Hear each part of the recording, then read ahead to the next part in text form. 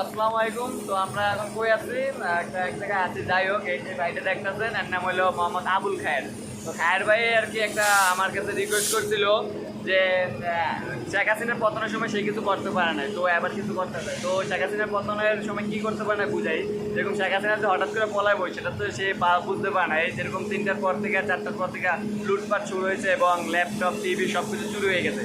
সে যদি আগে জানতো যে কুমিল্লা শহর যত স্বর্ণ দোকান আছে, বিশেষ করে স্বর্ণ দোকানগুলো লুটপাট করতো, তো সেই আশাটা যেহেতু পূরণ হয় নাই, তো এবার চাইতে যে যদি বিএনপি এরকম একটা কিছু করে পলাই যায়, তাহলে সে এই মনের আশাটা যাতে পূর্ণ হয়। তো সে করবে কি, যত স্বর্ণকার দোকান আছে আগে থেকে লিস্ট করে রাখতো। তো বিএনপি পলানোর সাথে সাথে সে স্বর্ণ দোকানগুলো স্বর্ণ লুট করবে, যাতে ছেলে মেয়ে নাতি পুত্রী সবার ভবিষ্যৎ উজ্জ্বল হয়ে যায়, আর যাতে সবাই বসে বসে খাইতে পারে। তো আপনার মতামত কি কিছু বলেন?